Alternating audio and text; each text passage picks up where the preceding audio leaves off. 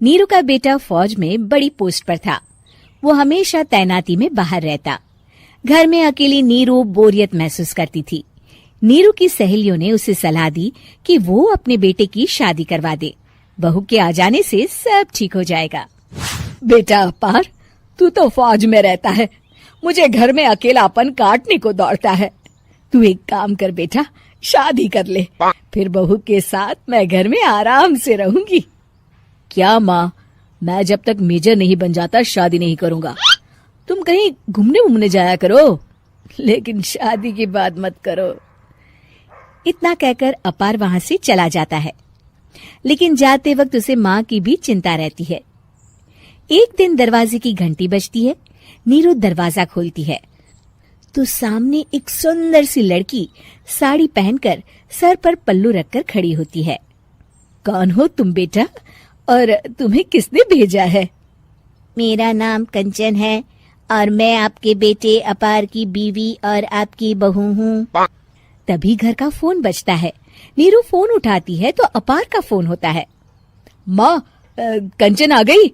वो आपकी बहू है माँ, और मैंने उससे शादी कर ली है।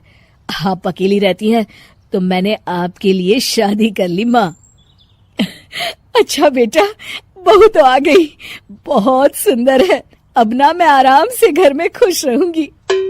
इतना कहकर नीरू जैसे ही कंचन की तरफ देखती है, वो उसके पैर छूती है। नीरू कंचन को आशीर्वाद देकर गले लगा लेती है। अगली सुबह नीरू सोकर उठती है तो अरे, सारा घर कितना चमक रहा है। इतनी सुबह घर का सारा काम किसने किया? तभी कंचन हाथ में स्वादिष्ट नाश्ता और चाय लेकर आती है और टिपॉय पर रखकर कंचन के पैर छूती है। बहू को देखकर नीरू काफी खुश हो जाती है। वो कंचन से कहती है, कंचन बेटा, आज मेरे घर में किटी पार्टी है। तुम मेरी सहेलियों के लिए कुछ अच्छा बना लेना। माँ, मुझे अच्छा बनाना नहीं आता, आप बता दीजिए, मैं बना दूंगी। अरे मैं भी तो नहीं जानती। ऐसा कर, शाम को इटालियन खाना, सी फूड और हाँ, चाइनीज खाना बना लेना, ठीक है? कंचन नीरू की बात सुनकर खुश हो जाती है। हाँ माँ, मैं तो ये सब बना सकती हूँ, आप चिंता ना करें। शाम को नीरू की सहेलियां आती हैं, जहाँ कंचन अकेले बनाए स्वादिष्ट खाना बनाकर खिलाती है। वो सारी सफाई कर सबको खुश कर देती है। कंचन अंदर किचन में जाती है कि तभी नीरू की सहेली बोल पड़ती है। अरे नीरू, तेरी बहू तो बड़ी परफेक्ट है, तेरी हर बात मानती है और सारा काम भी अकेले करती है, तुझे शिकायत का मौका भी नहीं देती। लेकिन क्या फायदा, बेचारी नीरू का जीवन तो बहू के आने के बाद भी बोरिंग का बोरिंग ही रहा। क्यों, ऐसा क्यों बोल रही है? अब तो मेरे साथ मेरी बहू भी रहती है। हाँ, रहती तो है, लेकिन मैं ऐसी लड़कियों को बहुत अच्छे से जानती हूँ। ये सारे काम इसलिए करती है कि तुझे लड़ाई करने का कोई मौका ना मिले और तू फ्रस्ट्रेट हो जाए, समझी? नीरू भोली सूरत बनाकर कहती है, नहीं, मैं नहीं समझी। अरे, घर में सास बहू की लड़ाई ना हो तो घर भी भला घर लगता है क्या?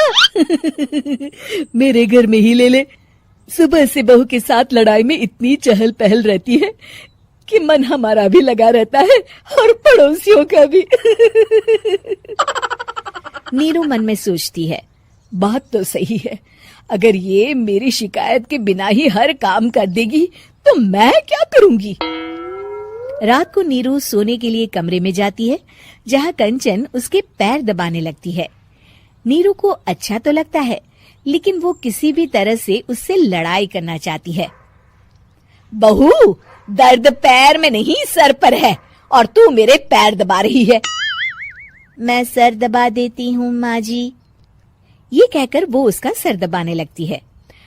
तू एक काम कर, मेरे लिए बादाम वाला दूध ले आ, जा। कंचन जाकर सास के लिए दूध ले आती है। अब नीरू उसे जो कहती कंचन झट से कर देती। बहू, जरा छत से जाले निकाल दे। जी माँ जी। कंचन 5 मिनट में ही पूरे घर के जाले साफ कर देती है। नीरू तो देखती की देखती ही रह जाती है। कमाल है, ये तो हर काम कर रही है। तरस गई मैं तो इससे लड़ाई करने को। इतना कह के नीरू चली जाती है। नीरू को एक दिन कंचन पर इतना गुस्सा आता है कि वो सोच लेती है आज तो उससे लड़कर ही रहेगी।